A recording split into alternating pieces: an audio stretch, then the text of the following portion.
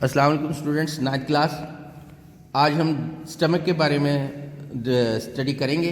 इसके 2-3 प्रोसेस इसके हवाले से हैं। एक तो इसके अंदर डाइजेशन का प्रोसेस होता है, जो डाइजेशन ये करता है चर्निंग के ज़रिए, और इस चर्निंग के प्रोसेस के साथ इसकी मेल्टिंग भी होती है फैट मटेरियल की। स्टमक ये dilated part of the alimentary canal, it is J shape located at the left of the abdomen. जो स्टमक जो है ये एलिमेंट्री कैनाल का डायलेटेड पार्ट है, फूला हुआ हिस्सा है, और ये जे इंग्लिश के लेटर जे की शक्ल का होता है, और ये डायाफ्राम के नीचे और एब्डोमेन के लेफ्ट साइड पर होता है। Stomach has 2 main portions. Cardiac portion of the stomach is present immediately after oesophagus and pyloric portion is located beneath the cardiac portion. इसके 2 पोर्शन माने जाते हैं। एक इसका कार्डियक पोर्शन जो एसोफेगस के फ़ौरन बाद शुरू होता है। कार्डियक पोर्शन इसको इस वजह से कहते हैं कि ये हार्ट के बिल्कुल नज़दीक होता है। दूसरा पाइलोरिक पोर्शन जो है ये इसका आखिरी हिस्सा है, जिसके बाद स्मॉल इंटेस्टाइन का पहला पार्ट ड्यूडेनम शुरू होता है। Stomach has 2 sphincters opening which are guarded by the muscles. इसकी 2 ओपनिंग्स हैं जिनको मसल्स जो हैं कंट्रोल करते हैं। एक इसको स्फिंक्टर्स कहा जाता है, एक इसका कार्डियक स्फिंक्टर है और एक इसका पाइलोरिक स्फिंक्टर है। Cardiac sphincter is between stomach and esophagus, while pyloric sphincter is between stomach and small intestine. Bolus enters stomach from the esophagus through the cardiac sphincter. यानी ये जो esophagus से जो bolus आता है वो cardiac sphincter के जरिए stomach में दाखिल होता है। When food enters stomach, the gastric glands found in the stomach wall are stimulated to secrete gastric juice.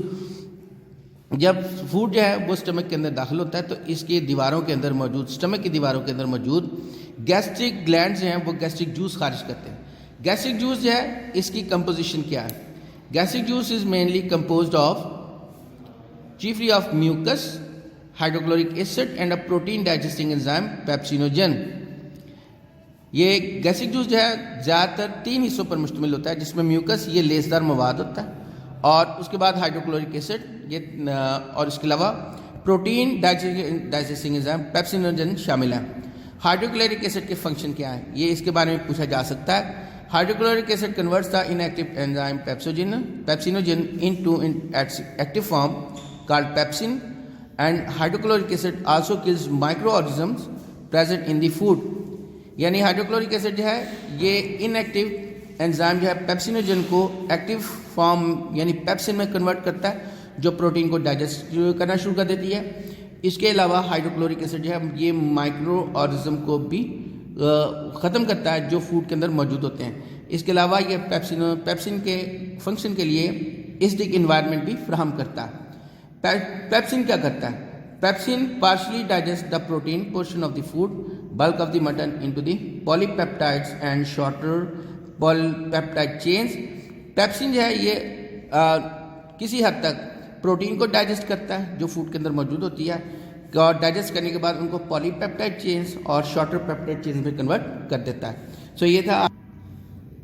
So students, आज का ये इंट्रोडक्शन था स्टमक का। इसमें सेमी डाइजेशन है प्रोटीन की, इसके अंदर स्टार्ट होती है।